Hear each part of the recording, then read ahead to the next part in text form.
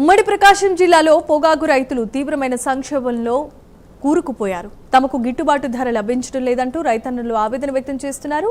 పొదిలి ప్రాంతంలో ధర్నాలు, రాస్తారోకోలతో నిరసన తెలుపుతున్నారు. ప్రభుత్వాలు మారినా తమ కష్టాలు మాత్రం తీరటం లేదంటూ కన్నీటి పర్యాంతమవుతున్నారు.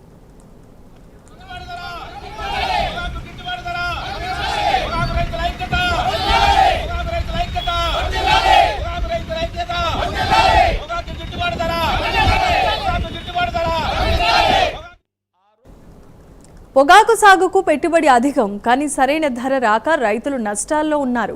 దిక్కుతోచని స్థితిలో పొగాకును నమ్ముకుని జీవిస్తున్నామని చెబుతున్నారు. పంట పండించి చేతికి వచ్చే వరకు ఖర్చులు విపరీతంగా పెరిగిపోతున్నాయని, కానీ పొగాకు బోర్డు అధికారులు మాత్రం సరిగా స్పందించడం లేదని వారు వాపోతున్నారు.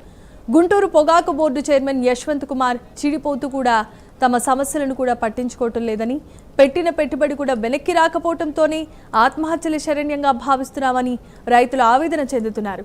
ఇప్పటికైనా చంద్రబాబు నాయుడు నేతృత్వంలో రాష్ట్ర ప్రభుత్వం సంబంధిత అధికారులు స్పందించి తమకు సరైన మద్దతు ధర కల్పించాలని రైతన్నలు కోరుతున్నారు. లేక మేము ఇబ్బంది పడుతున్నాం. మేము రాబోయే కాలానికైనా ఇప్పుడైనా కూడా ఆత్మహత్య చేసుకునే పరిస్థితికి వచ్చింది. ప్రతి ఒక్కళ్ళకి అట్లే ఇబ్బంది అయింది. మేము 3 రౌండ్లు తీసుకొస్తే ఒక్క బేల్ అమ్మాము. మా కూలర్లో ఇంటికాడికి వస్తుంది. అందరికీ ఇబ్బంది జరుగుతుంది బాగా.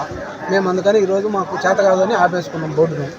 మేము గవర్నమెంట్ కానీ బోర్డు వాళ్ళు కానీ ఏదో సహకరించాలని మేము వద్దని మేము ప్రాధాన్యపడుతున్నాం వాళ్ళ గురించి. ఒక్కొక్క బ్యాడ్నికి 36 క్వింటాలు కొంటామన్నారు.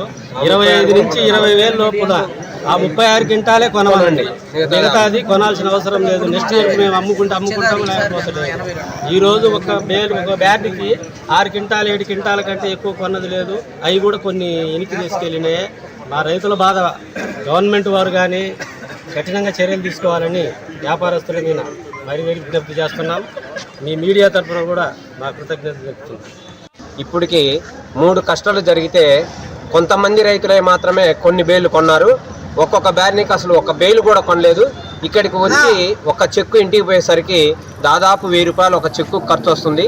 ఇక్కడ పెట్టుకోవడానికి కూడా వసతి లేదని చెప్పేసి ఇప్పుడే సూపరింటెండెంట్ గారు చెప్పారు.